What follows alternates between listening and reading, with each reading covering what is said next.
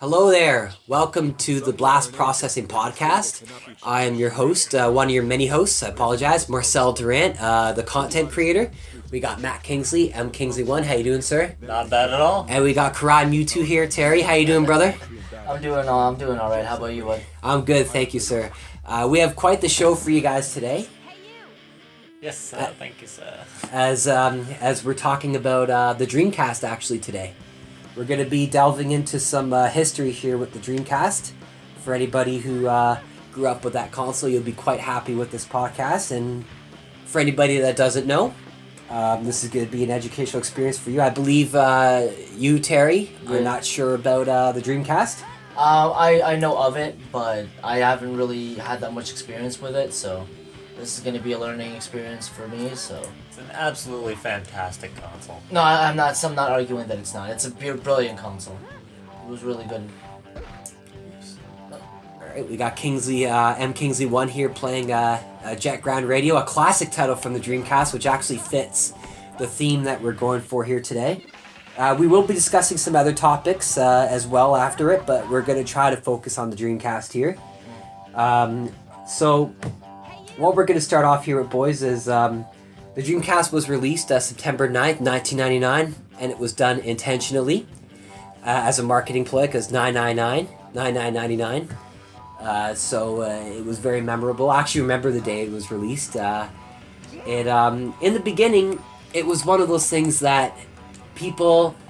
It was strange. I know you have a Sega Saturn, right, Kingsley? I do. How were your feelings to the Dreamcast when it was released, knowing you were a Sega Saturn owner? The problem was it came out like so soon after I got my first Sega Saturn that like it was really bad. Like I didn't have the money for it. It was this new console, and I knew I wasn't going to get anything really more out of my Sega Saturn. So and I just dropped $99 on this console. I know it sounds. No, hey, puny man. By standards back now, then, but you like, know, when you were young like that, $99 was a good chunk of change, you know? Yeah. Like, we didn't exactly have, like, you know, full-time jobs and everything, so we, you know, back in the day, remember those days when you stuck with one console? You were either Super Nintendo or Sega? Forgot which button this is. Why did I forget? Oh, that helps when I grab the Spray paint. spray paint, yeah. Oh, go for it, boys. Is it why? I really want to pay attention to the controls. Yeah, and, so basically what the biggest, thing about the Dreamcast was it had to compete with the PS2, because the PS2 released roughly around the same time. Actually, it released after. It was After, actually that's one right. of the biggest contributes of the death of the Dreamcast was that they had this vastly superior console. Like, no one's going to doubt the PlayStation 2 was way better than the Dreamcast. But, between that and the fact that it was so easy to burn games and just play them without having to mod the console, really was Sega's downfall with this new console. And a lack of, like, proper DRM on the console. Now, do you guys think that the Dreamcast died way before it had a chance to really get rolling? Yes and no. One thing about the Dreamcast, and I'm sure Kingsley will attest to this as well, they had a good starting lineup. Like, they had lots of games to choose from, and they had lots of different kinds. Like, they had Sonic Adventure 1 and 2, which not everybody may have liked those games, but they had their place, they had their audience. They had Shenmue, which was a sandbox, like an open world game before open world games were huge. Yeah. It was the precursor. Or even a thing. Yeah, it was the precursor to Grand Theft Auto 3. Like, Grand Theft Auto 3 was heavily inspired by Shenmue. Shenmue, and for anybody who doesn't know this, go look it up. Shenmue, SHENMUE. It was an open world game developed. It was actually the most expensive game made at the time. I forget the exact number. We'll have to get back into that another time. But The estimation was about $1 million. yeah, and back then that was a lot of money to put into a game. Nowadays it seems very small, but back then in 1999, for $1 million to go into a single game is quite significant. Now, was that a huge development breakthrough, making a sandbox game like that? Yes. At the time, it was painstaking. It took years, and it took actually without getting too much into this subject, Shenmue started off on the Saturn, and it was actually broken down into 3 games, and it just it didn't go the way they wanted it to go, so they decided to try again on the Dreamcast because it was a more powerful console, and they thought they can kind of get what they wanted out of it, and for the most part they did, and it definitely it was definitely revolutionary for its time, and the graphics even to this day are still quite impressive. Oh, of course. So, and it was literally an open game. You can kind of do whatever you want. You can go into stores, you can buy like useless little trinkets and items, you can go into soda machines and everything. It was kind of ridiculous what you were able to do in this game in the year 1999 when nobody was doing it. When Mario and all that were still like the big, well, Mario's still big, but you get my point. Mm-hmm. So it was definitely a step in a different direction that nobody was used to. What were the games that you kind of got into, Kingsley, when you were doing the Dreamcast? Well, I had Ready to Rumble Boxing. Was like Classic. the first People game, love but that I game. absolutely loved Blue Stinger. Blue Stinger Stinger was was great. like the game to have if you had a Dreamcast. Mm-hmm. That was a fantastic game. I agree. I don't know what the hell I was supposed to do. Graphics were great in their time. I mean, if you play that game today, you may not be quite as impressed with it if you're comparing it to like GTA 5 and all that. But at the time, it was very good. Now, with Shenmue, were there other games that were very much like that game, very ahead of its time? Well, a lot. A lot of but them? like we're specifically focusing on what the Dreamcast brought to the table. Yeah, in terms of Dreamcast, that was really the one thing they did that was revolutionary. A lot of Dreamcast had a lot of ports on it. To be fair, the ports that were on the Dreamcast were better than the originals for obvious reasons because the hardware was more advanced. Like, I give you an example. Tony Hawk Pro Skater 2, the best version of it you'll play is on the Dreamcast. Really? Yes. Now that I had no idea that Tony Hawk Pro Skater 2 was on the Dreamcast. Yes, it was, Oh, yeah. and it was an amazing port of it. The graphic, like, oh my The god, graphics it's were so good. incredible. Because to my knowledge, the only systems I knew that game came out for was the N64 and the PlayStation. No, it came Not out once for, did I the hear for the Dreamcast. Dreamcast. Yeah. Okay. Alright.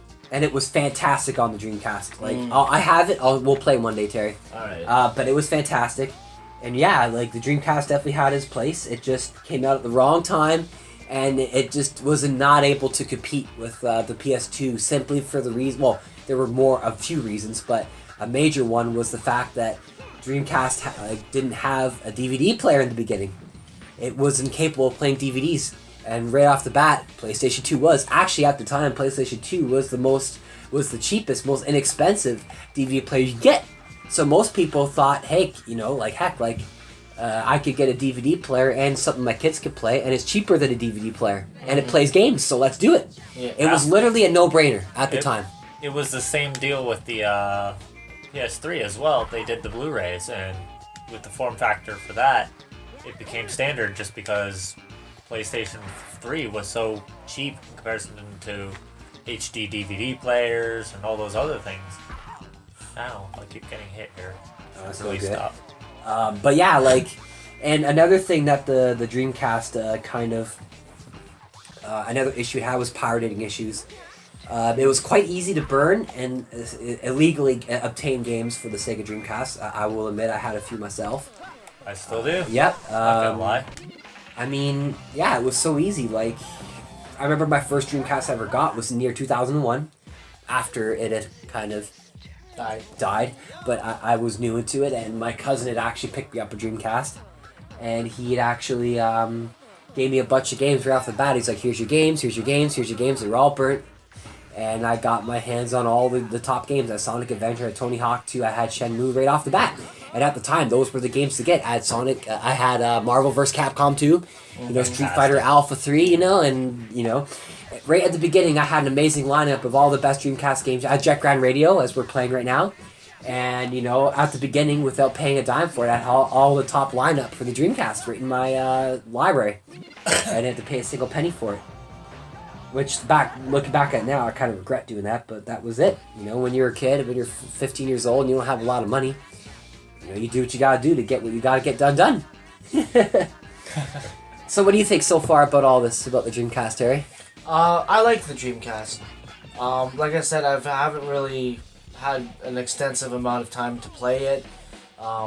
So I was more along the streamlined kind of games, you know, like the more mainstream ones like the N64, the PlayStation. So I never really got the chance to play the Dreamcast. But from what I've seen and what I've heard, I'm actually kind of disappointed that the Dreamcast kind of up and went. Failed the way it did, yeah. It was disappointing. Because I feel like it had a lot of potential, and you know, it didn't really get the credit that it was due. And for its time, it was really ahead of its time. Yeah, it was an absolute stunning console when it first came out. Definitely. To this day, if you have the VGA adapter and you have everything set for it, it still looks amazing. Like as you see here, everybody, it looks quite nice. You know, it's a console from 1999, but as you can see, it looks pretty good. It looks like a lot of the shovelware, not shovelware. It's a wrong choice of words. It looks like the third-party stuff you get on Steam, like, you know, Shovel Knight and everything. It kind of reminds you of that, and we still go back to that style of gaming. Like, you gotta remember though, this is an HD remake of the game, so this isn't exactly how it looked when it first came out. So that's but fair. it's approximately pretty freaking close. Yeah. Like except for the widescreen adaptation and that, like it's pretty much the exact same thing. Well, on a more positive note about the Dreamcast, one thing it really excelled in was the fact that it had a revolutionary controller for the time. Oh yeah. At the time, like for anybody who's not aware, the Dreamcast controller is quite striking to the Xbox controller, and there's a reason for that.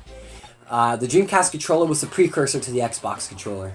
The same development team, from what I understand, basically worked on the Xbox controller as the Dreamcast controller, so they share a lot of the same traits. And it was the first controller, first time to do the two triggers that you were able to. Wrong character. That you were able to. The triggers were just a lot better. You were able to have more control with them, and they weren't analog triggers. They weren't like button triggers. You could actually hold them and press them and do the exact. Like what level you want it. Like for instance, Tokyo Extreme Racing, a racing game for the Dreamcast, which is excellent. I recommend anybody check it out. It's a great racing game. Kind of looks like a Fast and Furious kind of style. It's very nice. You were able to slowly accelerate and decelerate, and at the time that was unheard of. Wow. And we take it for granted nowadays. Yeah, those pressure sensitive triggers were like one of a kind when they first came out. And it was actually the first console to have internet. Like Yep. the first home console to have internet access. It was the precursor to the Xbox Live and everything. It was the first thing to do that. And obviously Doom 3, like Doom, Doom was big. I think there was Doom on Dreamcast. There was Quake. Quake was on Quake 3 Arena was a great game on Dreamcast, which I played the shit out of. I played it non-stop. It was fantastic. I loved it. But yeah, like the Dreamcast, you know, it had its moment in the sun. It was short-lived. It was literally like a 2-year lifespan, and it literally just died out because the PS2 just had more features in it, and more people were buying it, and it had the games and the features that everybody wanted.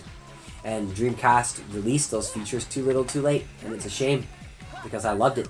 It was a fantastic console. Yeah, much loved, but like really devastating when it went the way it did. And if there's anything to take away from this particular podcast about the Dreamcast is, it was the right console at the wrong time. And this is ridiculous. Look at these, like, nobody does this in real life. Like, this is kind of outrageous. But yeah, one thing to take away from all this, ladies and gentlemen, is it was just released at the wrong time. It was a fantastic console, and I highly recommend anybody check it out, especially if you're a collector. You need to get your hands on the Dreamcast. It's very easy to get. Well, it isn't. You could go to flea markets and get it for very inexpensive, $40 to $60. You get a brand new Dreamcast, basically. Like, I got mine brand new for like $60 in the box. It had never been opened, actually. I opened it. And for the simple reason that I never had any intention on ever parting with it. So I opened it. And a lot of people gave me flack for that, but I refuse to get rid of it now that I have it. Now, to reiterate what you were saying about the Dreamcast controller, this is what I found really entertaining about it. Oh, was the memory card. The VMU, Visual Memory Unit. Exactly. This was definitely ahead of its time. Absolutely. To this, I think it's still ahead of its time. Nobody does that anymore. Mm-hmm. Yeah, it was the precursor to what the Wii was doing with it. Wii U did with its touchscreen controller. Yeah. Yes. Absolutely.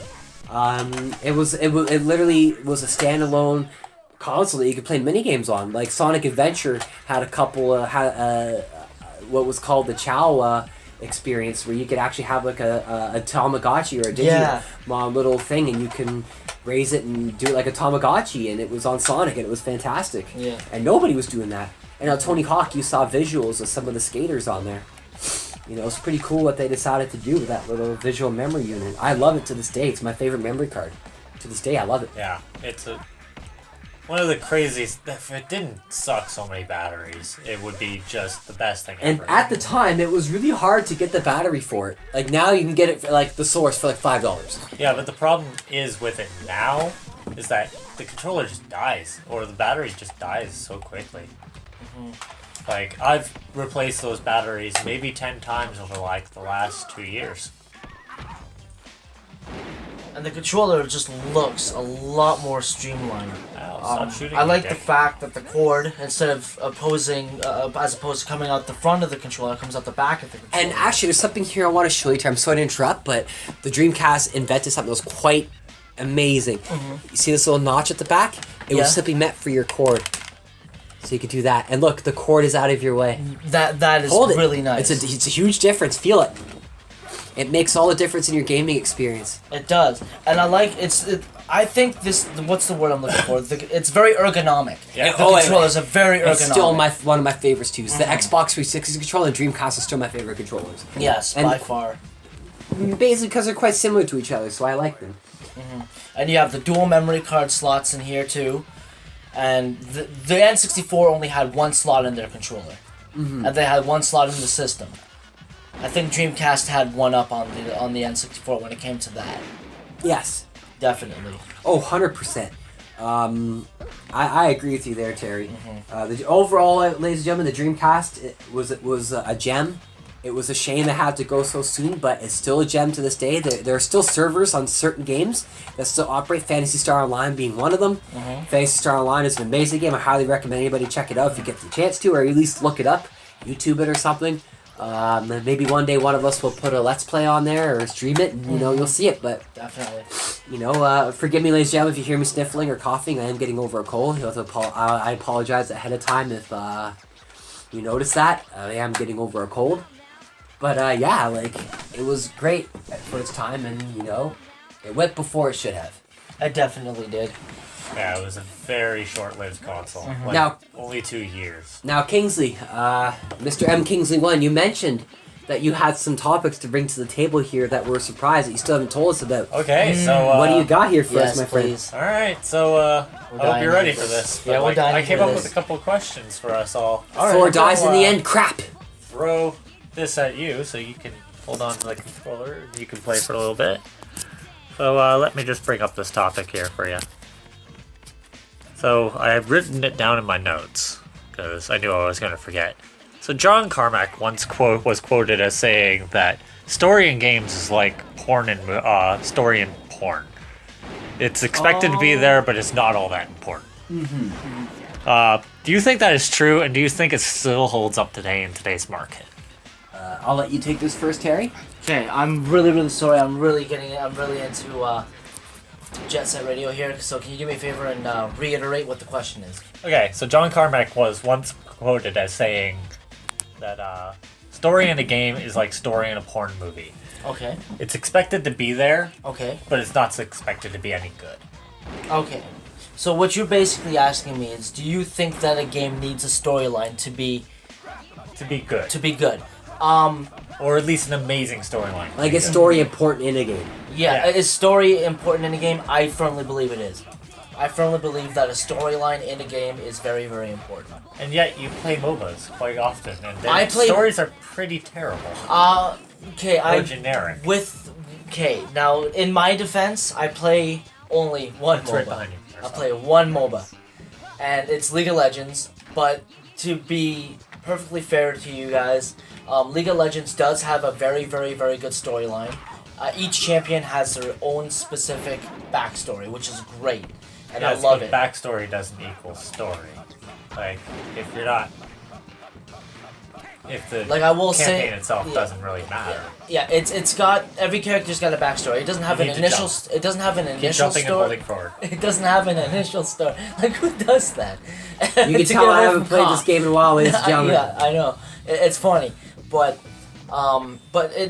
League of Legends doesn't really have a story because the premise of the game is essentially the same. You pick your champion, you pick your lane, and you assault the enemy nexus. That's essentially what it is.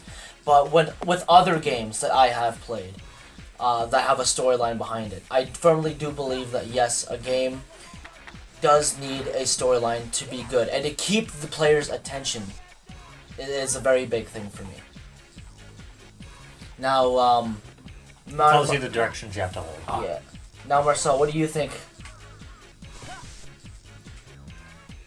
Do you think a video game needs a storyline to be good?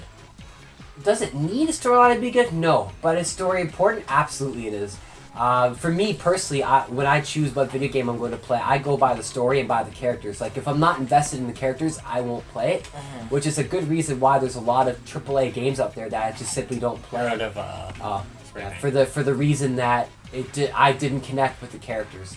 Like, there have been many games, like previous Grand Theft Auto games, that everybody was like, they're amazing, why don't you play them? And I just simply say I don't care about the character. Like, in Grand Theft Auto 3, I didn't care about the characters, so the game didn't do anything for me. But in Grand Theft Auto Vice City, Tommy Vercetti was entertaining to me. I enjoyed him.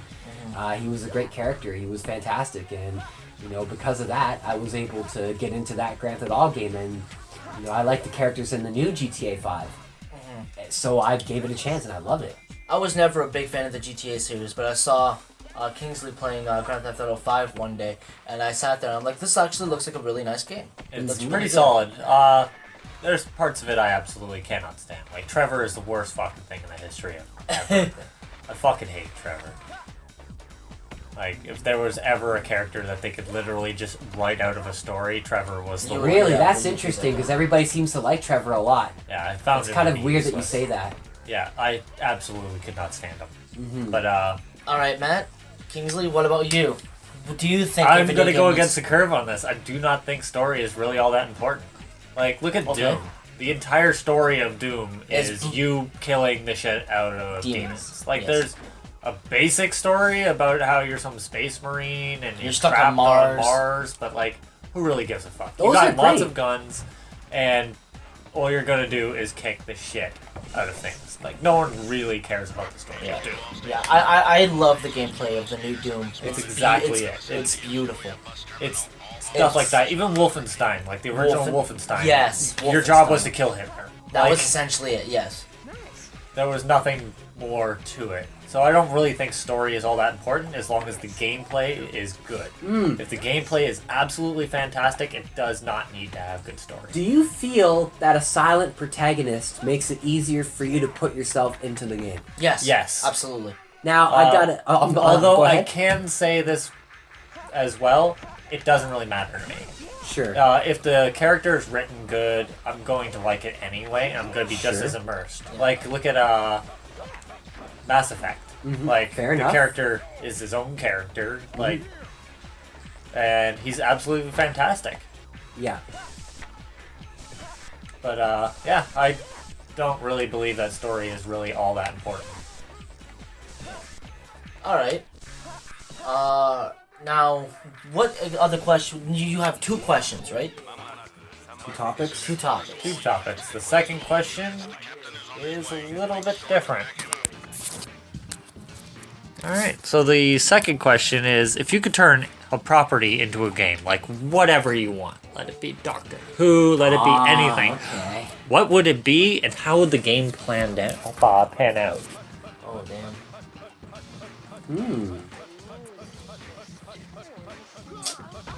Yeah, that's a. So for me, it's very easy. It would have to be Durarara the anime.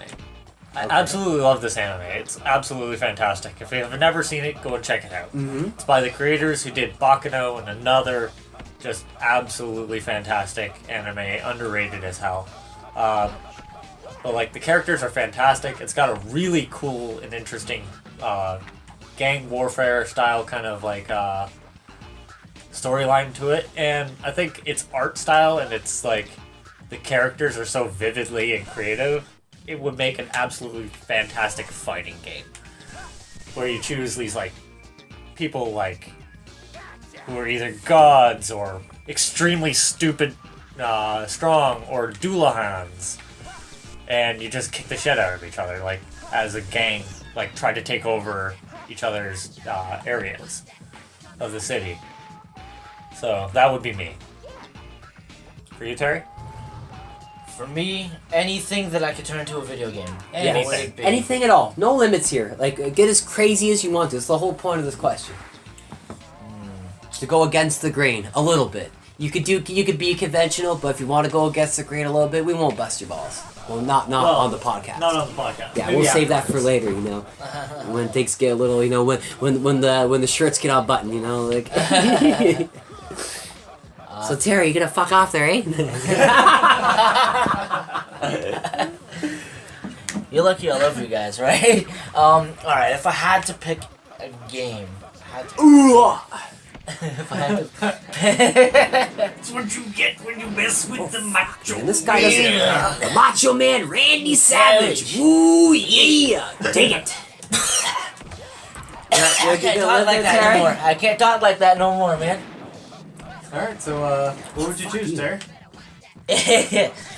Anything into a game that I would want.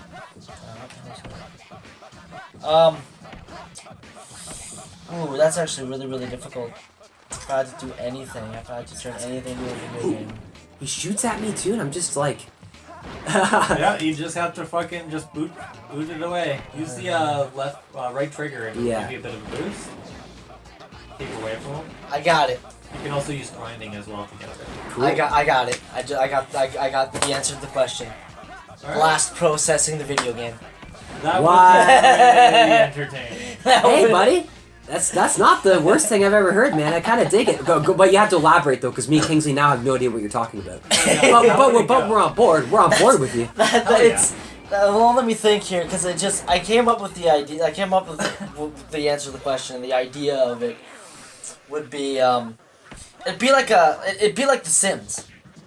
Okay. You know what I mean? So, Well, we know what you mean. We know the essentially, Sims. like, you try to, like, live your life as us, or like, Yeah, are you exactly. talking- Yeah. It'd be like Sim City meets The Sims. You know what I mean? I kind of get it. It's sort of like video game tycoon or Yeah, something like exactly. that, or game dev tycoon or something. Yeah, like okay. Exactly. Yeah, that I can see that. Like Yeah. where you're trying to create a YouTube account, like try to make it big. Yeah, exactly. Like kind of like we're doing right now, man. Yeah, you know, kind of Inception style. Mhm. How about you, Marcel? You What know do do? what? Yeah. Everybody who knows me well knows I'm a huge Doctor Who nut. I would love to see a Doctor Who video game done well. We've had Doctor Who video games done in the past. They've And been they're not subpar like at good. best. Yeah. They're meant for like your 5 or 6 year old son. You know, you do puzzle solving, and I'm sure they have their place. It's not me to try to, you know, to say anything negative about them. They have like every game, no matter how good or bad, has its place with somebody. So more power to you. If it's a game that you know you get and you love it, then more power to you. But I would like to see something where you could go on adventures in the TARDIS, and I know there's no weapons per se, but like. You can use your screwdriver. Yes, I would like to see clever ways. Like, you know what? As weird as it sounds, I wouldn't mind seeing an 8-bit version of it, kind of like Shovel Knight or something.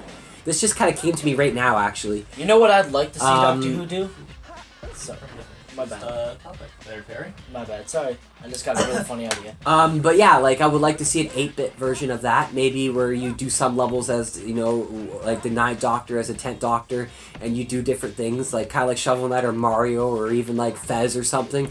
And just something a little out of the box. Just Like make sure it's not Phil Fish developing it. no, you know. because he'll make one amazing game, and then he'll can't. He'll hop be out all the like, second one. "Fuck you guys! Stop commenting on that game." You made Then me he'll feel give bad, you know. Phil Fish, if you ever listen to this, you're an amazing developer. You made a great game, but you really gotta stop. I'm kind Whining of drawing so a blank much. here. Who the heck is this Um, person? Okay, he made a game called Fez, and when Okay. people started criticizing certain things about it or commenting about it, he just said, "Well, fuck you! You guys aren't getting another game," and he quit the industry. He quit the industry in the middle of making a Fez 2. Wow.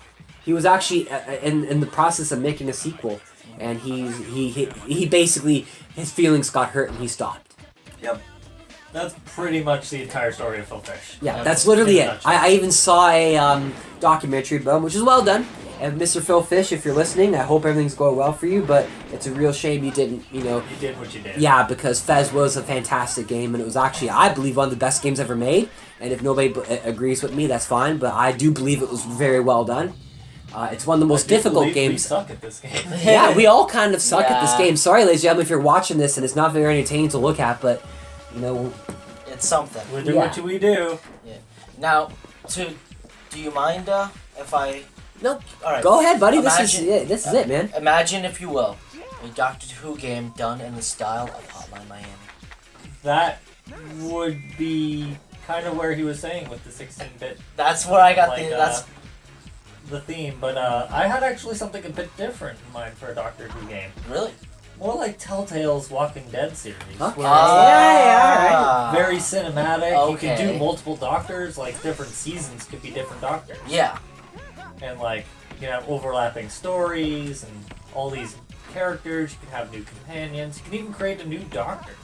Wow. Maybe as yourself in there. Hey, Yeah. that's a whole other cast. That's a whole podcast, separate podcast of itself. Definitely. For anybody who has any ideas or any comments or anything they'd like to add in regards to any of these topics, what you think a Doctor Who game should look like, what you feel about the Dreamcast, like, comment in the status below, subscribe. That really helps us out a lot. We would like to hear a lot of that stuff you guys have to say. Now, Mr. Mewtwo there, Crab Mewtwo, do you have any topics of your own? Any topics of Anything you want to throw at us here? This is kind of a free form at the end here. Well, let me think for a second here. Don't think too hard. Steam might appear. It's already happening. Yeah. It's already happening. You smell burnt toast? Because that's what I smell. That kettle has boiled, ladies and gentlemen. No pulling that one off the burner. I'm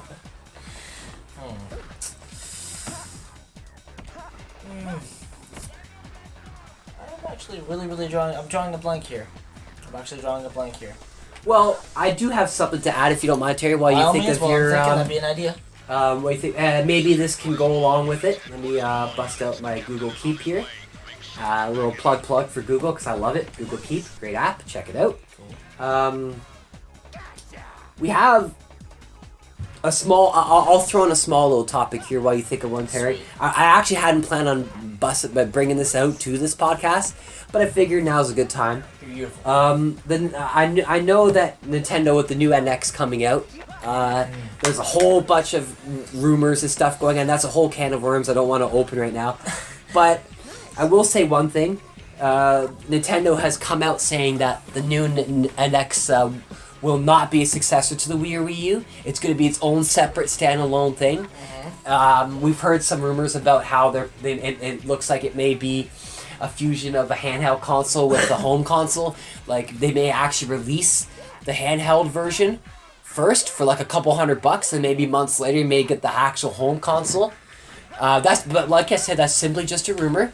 It's not set in gold. It's not set in gold. It's not set in stone. Not set in stone.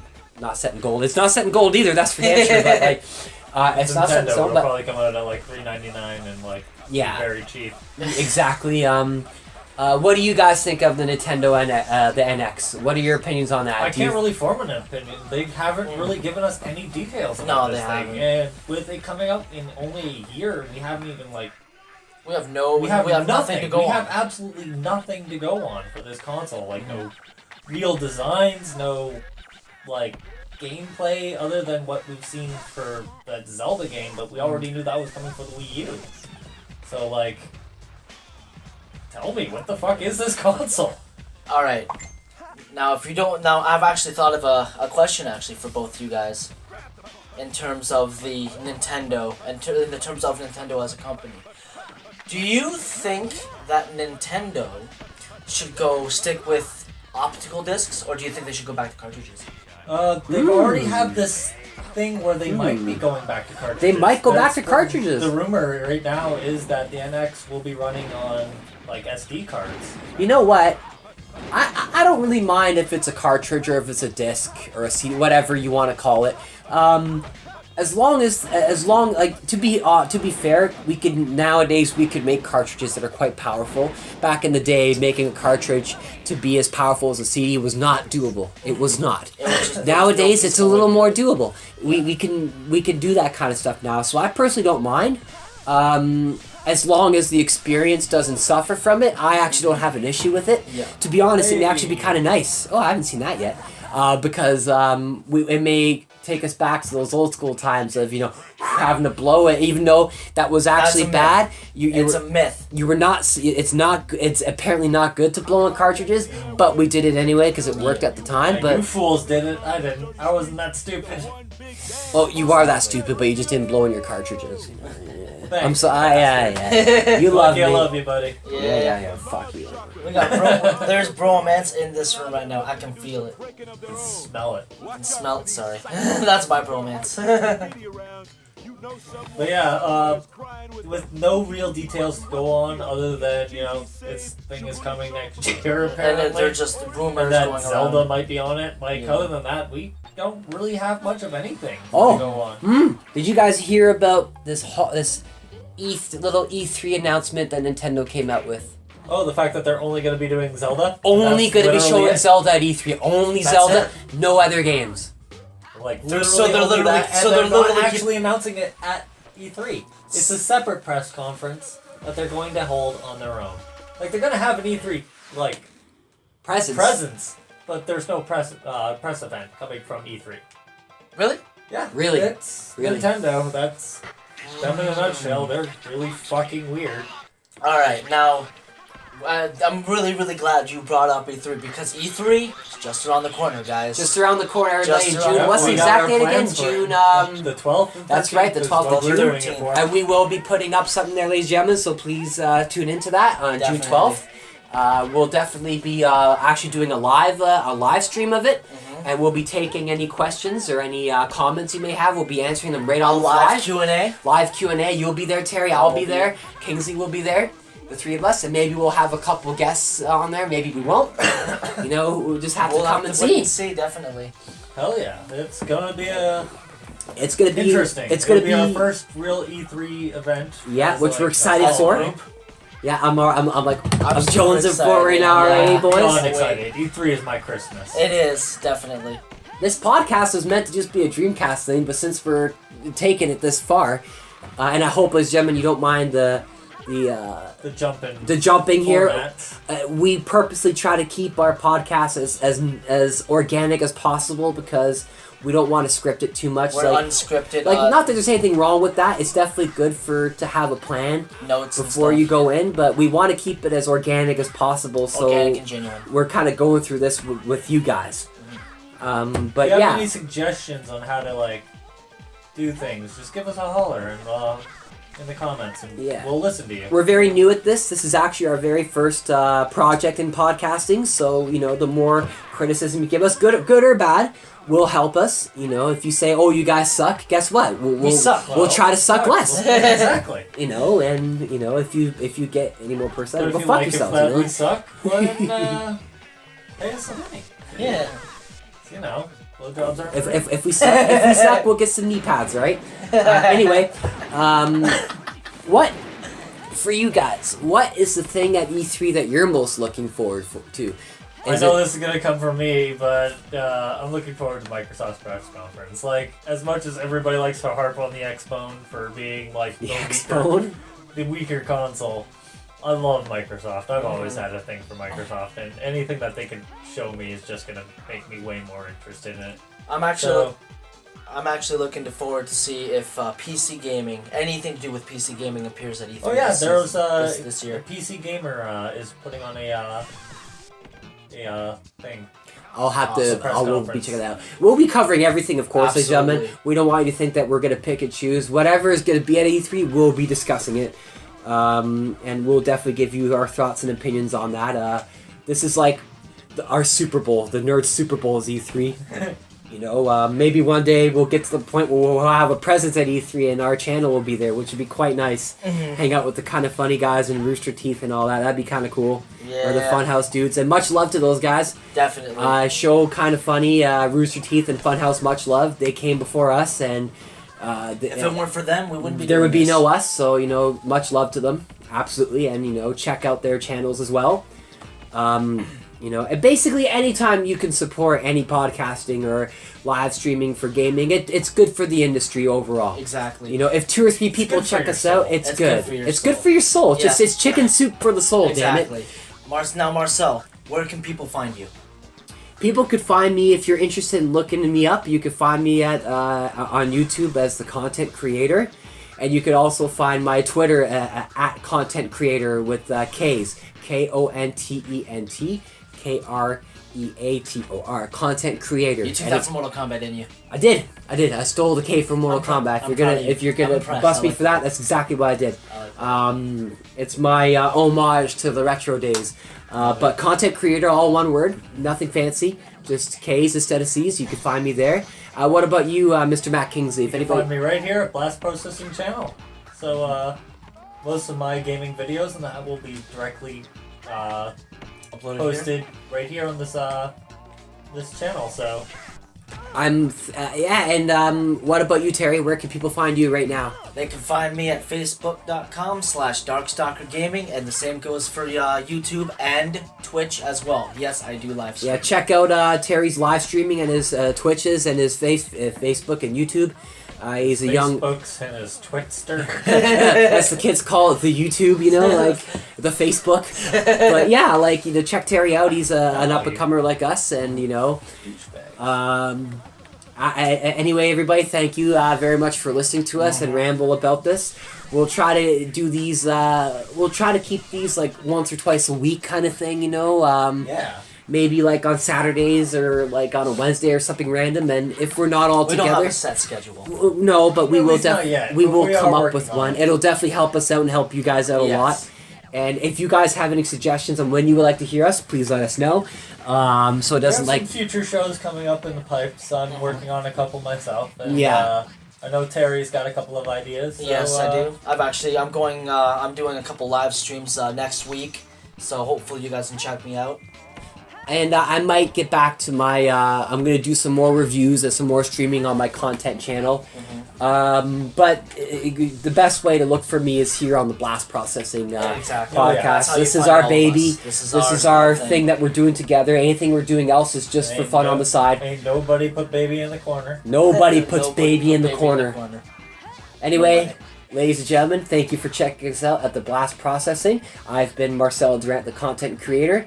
We got Karai Mewtwo, Mr. Terry Overholt, and Darkstalker Gaming. we got MKingsleyONE, Matt Kingsley here. Yeah. Thank you, everybody, and take care.